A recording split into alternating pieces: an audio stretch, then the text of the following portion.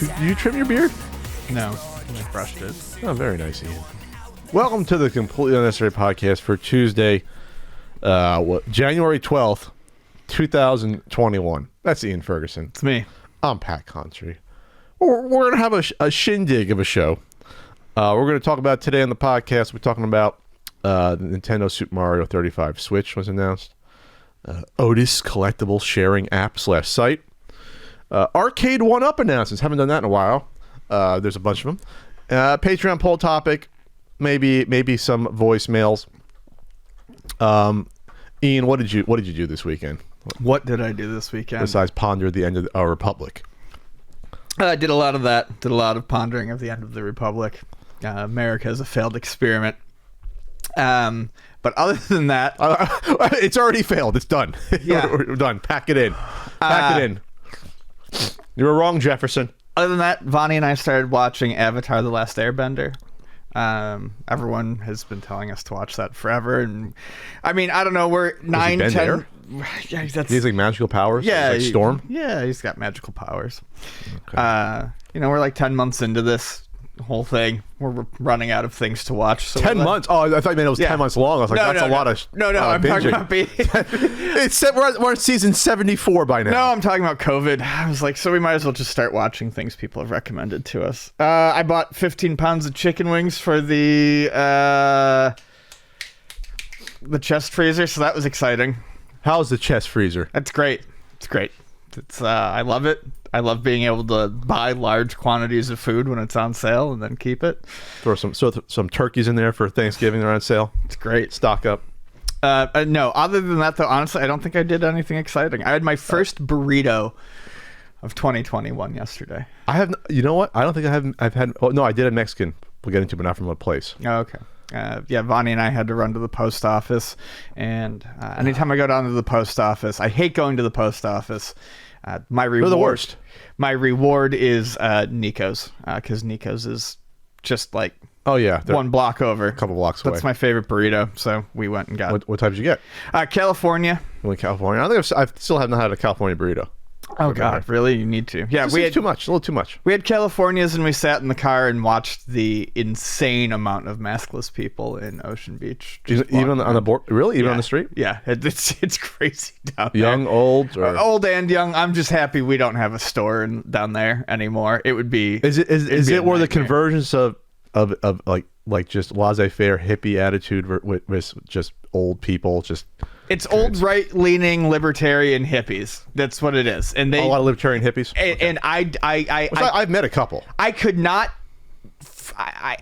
tell you a group of people that care about others less than old libertarian. The 60s or 70-year-old hippies. We got ours. Those assholes. This is we fought for our rights. It's the American spirit for not to wear masks, sort of thing. Fucking hate them. I told you about my running with the one at the swap meet, right? Who basically was a neo-Confederate. And basically said, well, it was a spirit of the Confederacy, of rebellion. Like, I was just like, that's literally out of the neo-Confederate playbook, what you're just parroting, sir. I got in an argument at swap meet. That was like, a few months ago. Like, this is someone I'd known for years. And that reared its ugly head. And I was like almost yelling at him. The other guy next was just like, what? Not yelling, but I was like, I got heated. I'm sure there are some nice old hippies out there, but the majority... Frank. Frank is great. But the majority of old hippies are incredibly frustrated. They're selfish. They're selfish. Very, people. very selfish. And that's the spirit of the wannabe hippies in college. When I was coming up, they were the most selfish fucking very people. Selfish people. They pretend to be the nicest people ever, but it really was. But hey, dude, sorry, I'm playing my music at 3 a.m. But hey, I want to have fun. I don't care if you want to sleep. And it's like, fuck you, dude. You're a fucking asshole. And drop this pretentious I'm a fucking hippie in college bullshit. You're just a douchebag who wants to do whatever he wants. It doesn't care about the people trying to fucking sleep next door who has a fucking exam at 9 a.m. Sorry, flashback. That happened a lot with me. Stuff like that. I hate that shit. I see the meme. I don't care how much weed you smoke to make you feel like you're a sweet, gentle person. You're not. You're an asshole. You're a selfish asshole. I can see the meme forming. It's the one hand coming in and it says Pat, and then the other hand coming in and it says Ian, and then in the middle it's hating hippies. we do the Predator. Yeah. Yeah. Sorry, that always bothered me going back to college. it really always bothered me, those sort of people. Living in Ocean Beach completely destroyed me on those type of people. It's the sort of thing, well, it doesn't bother me, why should it bother you attitude. Yes. It's the most selfish attitude you can possibly have. Yes. I'm not offended by it. You shouldn't be offended by it. It's like, what? What are you, crazy? That's not how things work. Anyway, sorry. So I made tacos with my friend. I wrapped the present for her. I hadn't seen her in almost a couple months. So nice. She came over. We went and we got, it was like we played couple. We went and got taco stuff. We got the little corn tortilla street taco size. It's like 30 for $2, like one of those.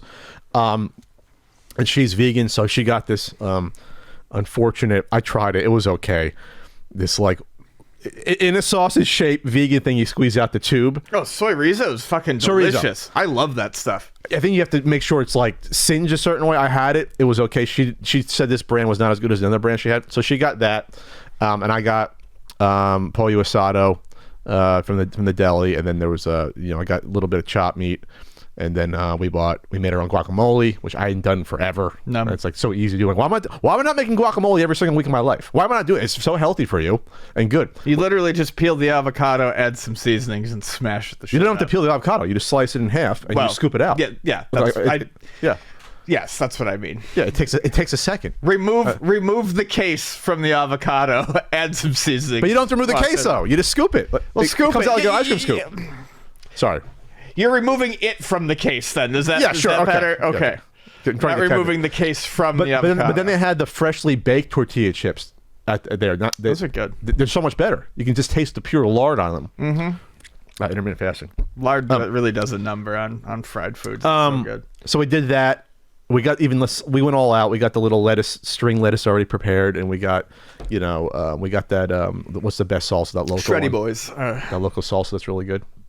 That lasts like 6 days. There's no preservatives. You've seen it in the store. There's a white top on it. Yeah, I've had it. It's delicious. I can't remember. Yeah. So we did all that and we had fun. And then with the leftovers, I had like leftover tuna. So I thought, okay, I'll have tuna tacos. So that's what I did.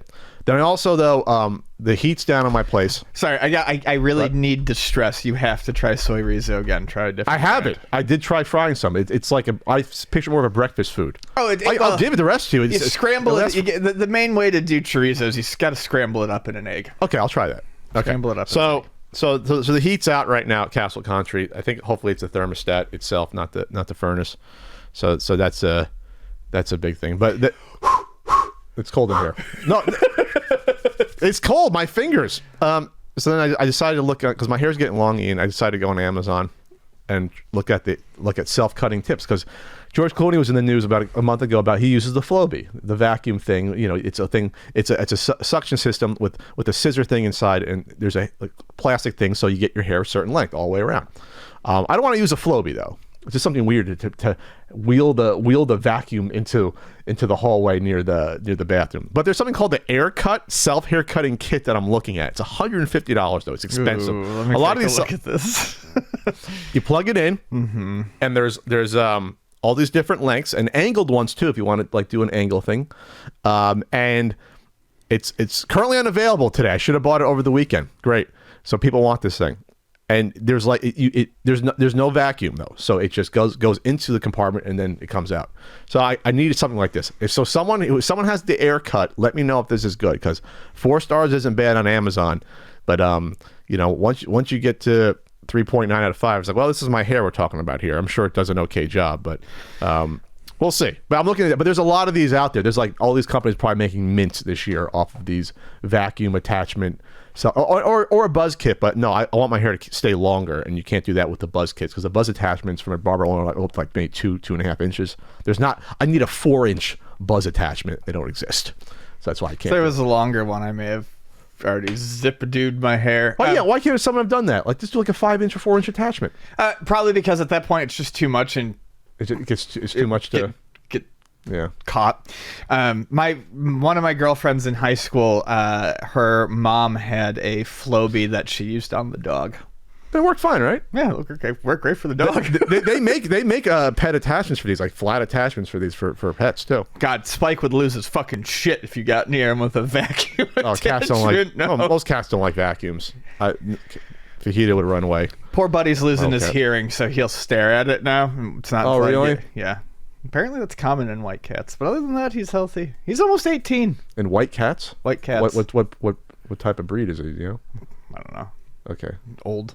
Cruel. Cruel. Yeah. The cruel breed.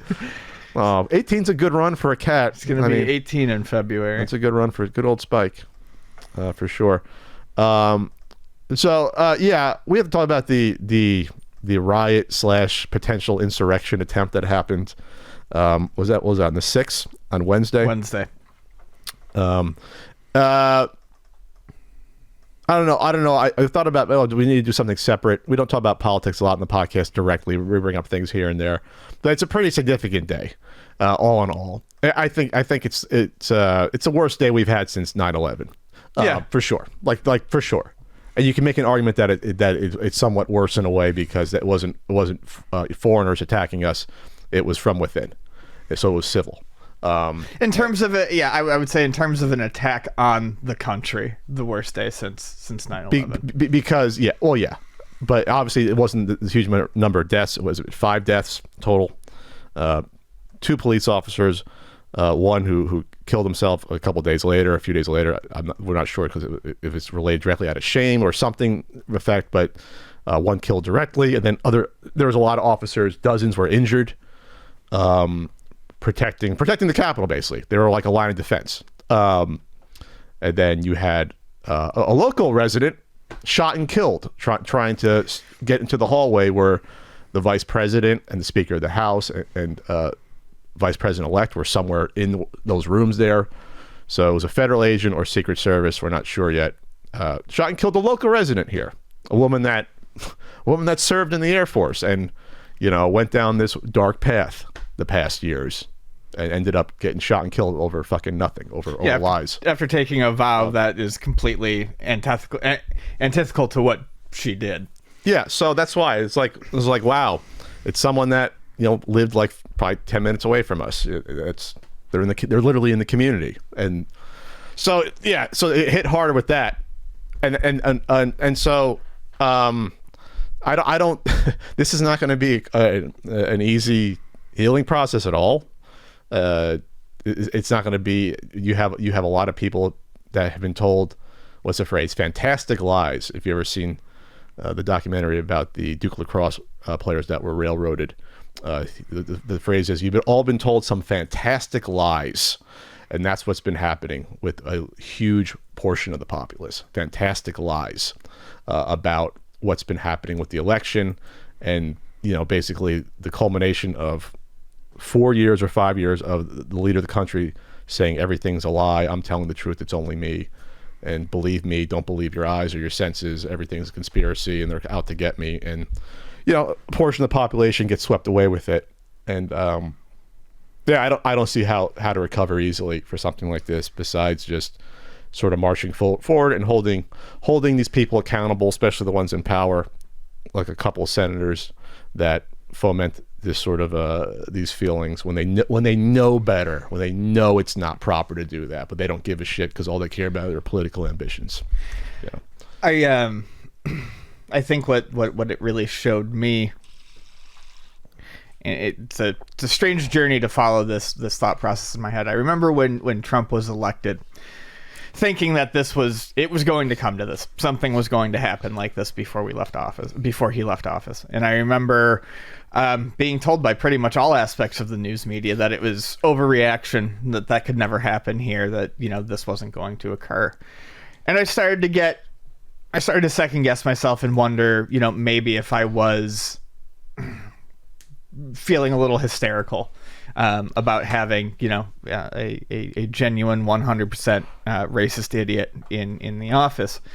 And I started to think that a lot of what he was saying it seemed so unbelievable to me that no one could truly necessarily believe what he was saying. They were simply allowing him to say these things and they went along with them for political expediency. For political expediency. A little bit closer. Yeah. Coming out of frame now. And also to support and to further their own beliefs and their own ends. So even if what he was saying was idiotic, well, he's against immigrants, so I'm going to go with it. It's what my base wants. Right. That's what it comes down to.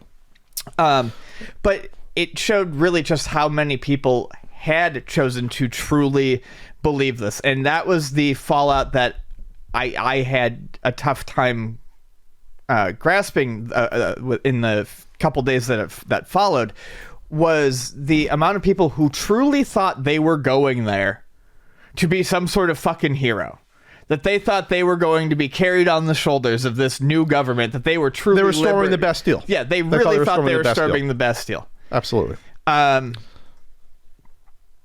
And I mean, to see these people afterwards act so confused that they're not being welcome, it shows just how deep down that hole they went. And these are adults. They were told at many turns by as many people as possible that this was a bad idea, and they chose to believe it, and it kind of willed this into existence. I think they need to be held accountable. I think also, as Pat said, people in power need to be held accountable. This is not a situation we can just walk away from. And for as many people who, like I said, were adults and made these choices of their own to keep going down this rabbit hole and to go to the Capitol on Wednesday and try to seize it. You have people like Ted Cruz. I hope to God Ted Cruz is politically ruined for the rest of his life. I mean, just talk about an absolute dumpster fire piece of shit. He's just a slime ball. Literally, Trump called his wife ugly and accused his father of killing JFK. Yep. And Cruz. And he can't get his nose out of the president's ass. He just can't. He can't kiss his ass enough. And now this worm Noah Hawley, who there's a picture that's going to haunt him with his fist raised to the rioters. Oh yeah, you go. The other senators, Josh Hawley, not Noah. The other senators even said they said, no, he knows what he's doing. He knows this is bullshit. That the election was stolen, but it's for his political expediency and for his career. Like, he knows better. So that's the worst. So he knows better. He just doesn't give a shit. Well, he doesn't care. And that's where we're at. Most of these people knew better. He doesn't care that there were people literally chanting "Hang Mike Pence" coming for him. Like, is this out of a fucking movie? Right. Is this out of a movie? Well, that's the other thing. I think a lot of them thought they were being fucking action stars in their own movie about taking back America. But do you imagine if something like this happened? If they harmed a member of Congress or the vice president, who, by the way, I mean that's why there's going to be impeachment again, because the president before it invokes them to go march to the Capitol for it's your rights, and it's like, what the fuck are you sending? Are you putting out a hit on the vice president? Is that what this looks like? That's potentially. And that's another example of just how spineless these people are. They're so afraid of repercussions that could harm their political futures that Mike Pence won't even invoke the 25th Amendment, and his life was literally on the line. Yeah, and then it's coming out about the National Guard took 90 minutes to get deployed when they were begging for the National Guard to come out. I remember watching that live. They would not send out the National Guard. And it's like, I guess I took it for granted. Like, why wouldn't the National Guard have been pre-deployed if they knew these people were going to be here? I just took it for granted that they would have had beefed up security. So when I saw this happening, I'm like, why is there no one there to stop this from happening when they knew this was a possibility? So it was inviting it to happen. And the Capitol Police are like, yeah, they some of them are being held accountable for potentially either letting these people in some areas, but so you have some shit happening with some of the Capitol Police. You have calls to the Pentagon to deploy a National Guard, which doesn't happen. They're like, they're basically huddled. They're basically huddled, saying, "Hey, help us," and nothing's happening. And they had no end game. The people who went up there. Well, I think some wanted to kill the vice president. I think they would have done it, or Pelosi. I think they would have done this. I think it would have happened. Sure, but then what? I'm sorry. I'm talking about the politicians who are egging this on. Like, they know that at some point it's got to transition over to how much are they trying to they want to show themselves as going down with Trump, but at some point this is what's going to. Well, I think it got. I think like those like Hawley and Cruz were like, okay, they didn't think it would potentially be this bad. They're just stupid. They're like, oh, okay, well, we're gonna. No, they wanted to sound tough, and they assumed that the base that they secretly hate in private anyways wasn't going to actually organize. When there's a lot of crazy people, right? A lot of crazy people. They're not all crazy, but there's a lot of crazy people. Once you say to yourself, I'm going to storm the Capitol, you're crazy. You're a lunatic at that point, and you should be in prison. And so it's going to be months and months and months of the FBI tracking these people down. They're already starting to do that. They got all your cell phone signals. They know who you are. They know who most of these people are. It's just going to take time to get all these people. This is going to take time. It's a shame. The picture of a guy fucking carrying the Confederate flag in the Capitol. I go sick to my stomach. Sick to my fucking stomach. That didn't happen before, ever. No one with a Confederate flag walking through the halls of the fucking Capitol building. Didn't happen during the Civil War. That never happened. Yeah, I don't want to hear I don't want to hear that side ever say anything about fucking disrespecting the flag ever again. Or disrespecting the police. Yeah, or disrespecting the police. Obviously, we have a dead officer. That's a big one too. Dozens of courageous Capitol officers that literally they're getting swung at with weapons, and they're fending like it's like a fucking like they're storming a castle. They're trying to fend it off. It's insane. It's insane. And before you say, well, were you talking about all the rioting happening in the summer? I'm like Joe Biden. I'm not for the rioting anywhere or people enacting violence or burning down anything. Everyone has to be treated equally under the law. Equal protection and equal application of justice. That shouldn't be controversial, but I'm saying it in case you're going to come at me saying that. So my take is also there's a big difference between a bunch of fucking idiots storming the Capitol over a fair election than people who are protesting their people being shot and killed in the street by cops all the time. You can't make the equivalency between the two. No, but once it turns to violence, once it turns to violence, then but all bets are off. I don't care who you are. I don't care if you're burning down a local business, El Cajon, or at that point, you don't have an argument anymore. Sorry, I'm sort of zero tolerance on violence, and that shouldn't be controversial. Zero tolerance. You don't get a say anymore at that point. Go put your ass in jail. Don't ruin people's lives or businesses or fuck up things. Don't cosplay in any way, shape, or form. Don't cosplay as an anarchist. Don't cosplay as a revolutionary. Don't cosplay as an insurrectionist. Just nothing. That's how we fucking move on.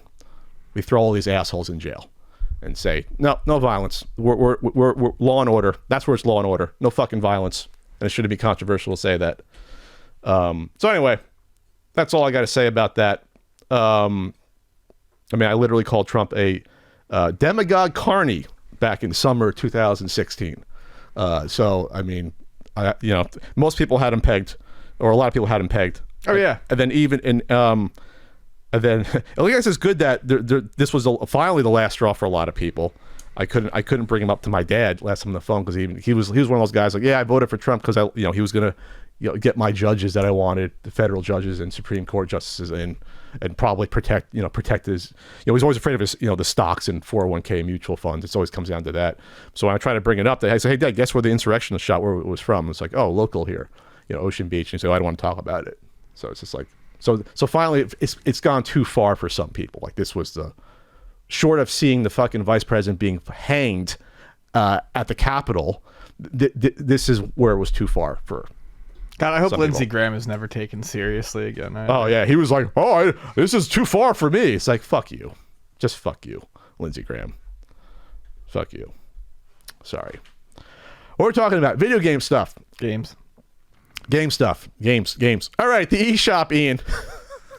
Yeah, so they have not given a reason why, but after our segment last week, and lots of people, I'm not saying our segment was responsible, I'm just saying, after we discussed this last week on the podcast, and a bunch of people took to Twitter and other social media sites to decry it, the pulled DSiWare games, for the most part, have been returned to the eShop.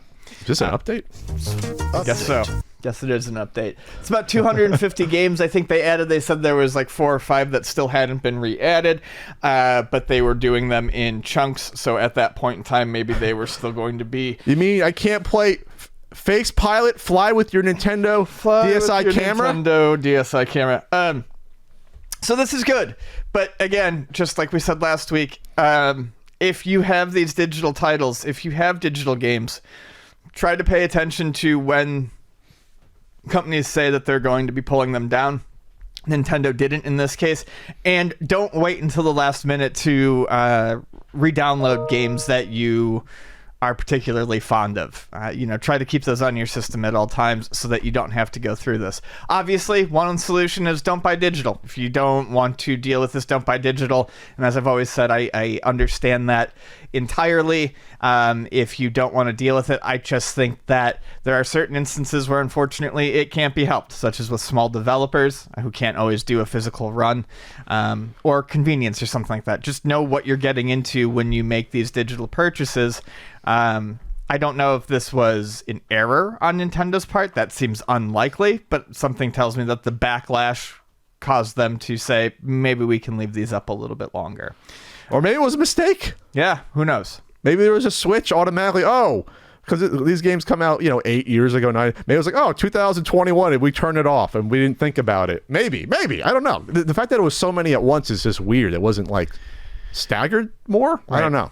Unless people finally noticed. But it's a good thing. So if you had Risky's Revenge, Shantae's Risky's Revenge, and you need to re-download it, go and re-download it. Get all that stuff downloaded. Go buy your big memory cards, and save that stuff before it's too late. But those fans of Word Searcher 3 cannot complete the trilogy. Sorry. Yeah, it's still... Or 5-in-1 Solitaire. Still not there. Oof. That's a rough one. It sucks because there's no other Solitaire games in existence. None.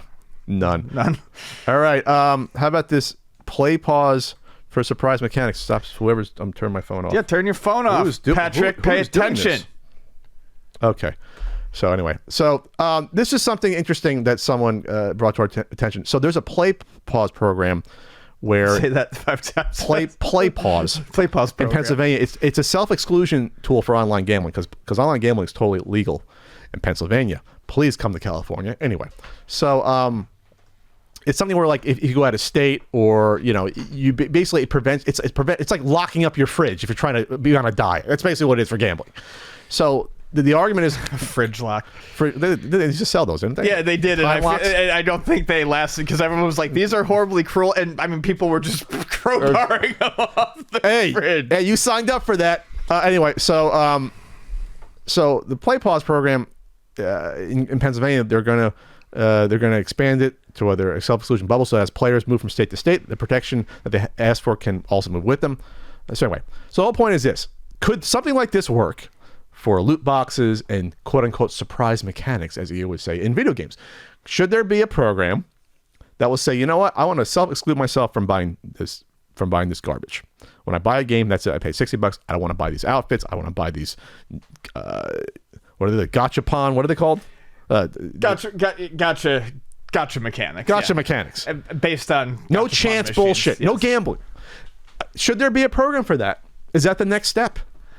And mandatory for each game to be like, here's a button or something, a code you put in for you or your kids where you're excluded from the ability to do this. Why not? I think that'll be the future. It's not a bad idea. I feel like being able to turn it off, I think we kind of talked about this before, being able to have almost like a parental setting within a game that my child or I personally, am not allowed to access any of these modes that would take more money from me. I think that's an option that should be included if you feel like you can't stay away from it. The only problem is with so many of these sports games, those big modes are, a lot of them are reliant on that. So you have to be...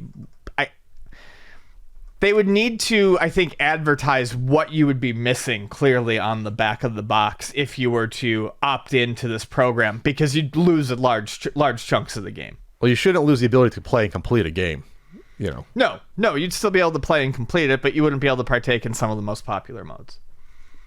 Okay, well, to me, that's a little bit different than buying a mode versus the gambling aspect. I guess that's what it is, where you're constantly buying the card packs. I'm saying I didn't say buying a mode. I'm saying you can't participate in some of those modes unless you have the card packs. Well, then that's other. There is a reason for the cards. They're not just to look at. Well, that's legislation that's going to come down the road. It's already starting to happen in Europe. That'll come eventually, I think. But I do think an option to be able to just kind of wipe away the sure. I make it difficult to put back on. You gotta call a number. You gotta be on hold for an hour. You know what I mean? You can put it back on, but it's gonna be a pain in the ass, for sure. It's not a pain in the ass, Ian. Going to ultimatenintendo.com, where you can order CD Podcast enamel pins, Punk enamel pins, RBI baseball stickers flying off the shelf, flying off the table. With this is the scissor I cut them with. And also the certain NES Super Nintendo guidebooks. And on sale right now, the My Man See a Podcast shirt. It's only, I think, $15. And then for only, I think it's like $12, it's like 45% off the Pat the NES Punk Volume 3. Ah, my remote for my heater. There you go. So you can get all these goodies right now.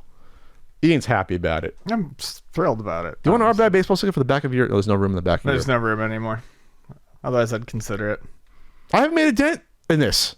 I haven't made a dent in the roll. I was like, oh, I'll keep it for posterity. Get it. No, sell them. People like the stickers. It's heavy.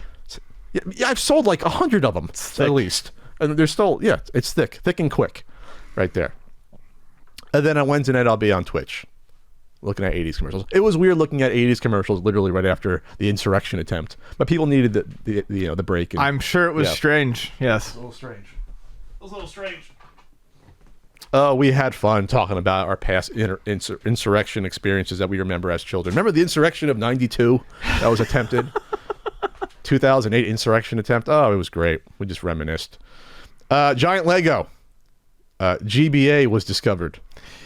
Yeah. like the monoliths in the desert. And no one knows where it came from. Where was this found? Melbourne, Australia. Yeah, Australia. Good day. It's found in Australia. People don't know if it's like, if it was like... It's Daco. Dago, what was his name? Not Dago. Daco. Daco.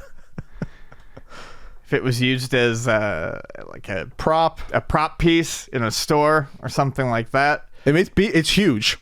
But it's huge. It's very big. Beefy. Looks like it was all epoxied together. Game on the back, it says where the serial number and the label would be. It says Game Boy Advance SP, Nintendo. Swivels open and shut. Yeah. And then it says, I don't know, KT and IW 04. So I'm guessing that's when it was made. People who probably made it their initials. Yeah, so I don't know if this was like an official project for some sort of store or what, but they did a really good job with it. It opens up and everything. It's got giant buttons. Yeah. We're talking probably about 2 feet by 2 feet. Is this some Ian measurement? Yeah, 1.5 by 1.5. I don't know. Oh, it's more than 1.5 feet. Yeah, 2 feet. 2 feet by 2 feet. 2 to 3 feet. Yeah. Big boy. Made 2 feet. It's a big boy. It swivels open. Obviously, it's not functional. It's not like the old school Game Boy display with the giant Game Boy. Yeah, no, not functional. That would be awesome if it was. But yeah, I guess I haven't seen. There's no comments on the video about it. It's got there isn't. It's got 629 views from Sleeping Usering. Acquired this in a retro game collection today. Cannot find anything online about it. Found in Melbourne, Australia. So assuming it's a Meijer, Toys R Us, Target, Big W. I'm not sure what that is, or Kmart store display from back in the day. But if it's an official store display, it would be marked in Nintendo's sort of catalog of display pieces, like the M series, like the M82. The M series is like the display marketing pieces. So yeah, this is, and it would be marked that it's a Nintendo, and it's not marked that it's a Nintendo official product. So it's a mystery, Ian. Where's my unsolved mysteries? No. Without the update, need one. You want to return to Castle Monkey Ball, Ian? I just think this is funny as hell. So a few people brought this to our attention. It's kind of interesting. There is a mashup Monkey Ball Wolfenstein game was made. So Monkey Ball, if you're somehow unaware, is a popular game that Sega made. Ian brings up every other week at this point. It's super fun. You roll around as a monkey in a ball. You have to collect bananas and get through a goal. It's like Marble Madness. It's really, really difficult. And Wolfenstein, of course, the classic first-person Nazi shooter of yore. Kill the Nazis. BJ Blazkowicz. So in this game that mixes them together, BJ Blazkowicz is in a monkey ball. and he's tiny. Yeah, he's tiny. And you roll him around the Wolfenstein maps, collecting bananas and bumping into Nazis to kill them. When you bump into them, they die just as they did in the original. Do they shoot at you or they don't shoot at you? That I can't quite tell. I haven't had a chance to try this. I've been playing through some cheap and free indie games lately, and I haven't gotten to this, but it's on my list. So yeah, check that out if you like either of those games or just want to see something interesting. Yeah, I mean, God, it's a fantastic stuff what's going on here. Do you think we're going to see a new Punch-Out game? I don't think we're gonna see a new Punch-Out game now. So the news is that Mike Tyson was on the I hate this name with all my heart, Impulsive with Logan Paul. That's the name of his podcast. Get it? Because his name is Paul. Yeah, I get Impulsive it. Paul. Yeah. The A. Anyway. Yeah, fucking get it. So Mike Tyson said that we're gonna make another one. So you might, but probably not with Nintendo. I'm guessing Nintendo doesn't want to associate with Mike Tyson anymore.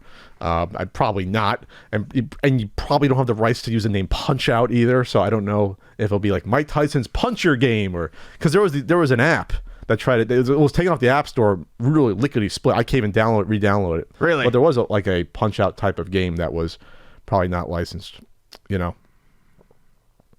Anyway. So yeah, I just don't see them, like as you said, I just don't see them wanting to do the to work with Mike Tyson. They already said that remember they didn't want to work with Kanye West. We talked about that last week. I don't see Nintendo as being particularly eager to do any celebrity stuff. Yeah, any celebrity stuff. And that's where I'm going with it. I just don't see that as really being their thing anymore. They have celebrities and whatnot in commercials, but I don't think they're actively looking to get these names on games. They don't need it. Further, they don't need it. Right.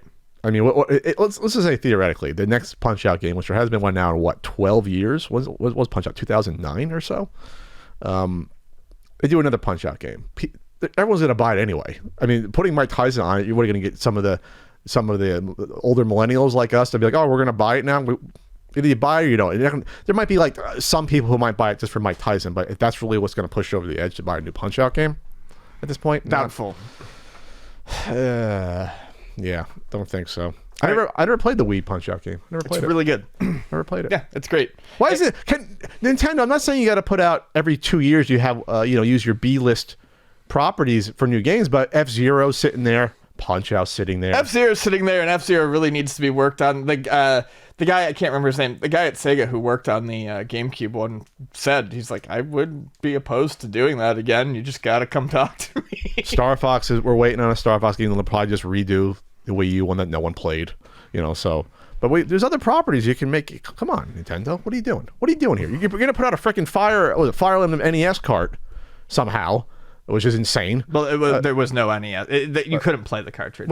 So my point. But you're doing all this shit, and you have properties that people want, develop games for them. Come on. Punch-Out will sell. Come on, let's go. Come on, buddies. Return to Castle Monkey Ball was kind of fun, by the way. I played 30 seconds of it. Of which one? Return to Castle Monkey Ball. I just played 30 seconds. How did you just play it? It's in the browser. Oh, it's in the browser? Did we mention that?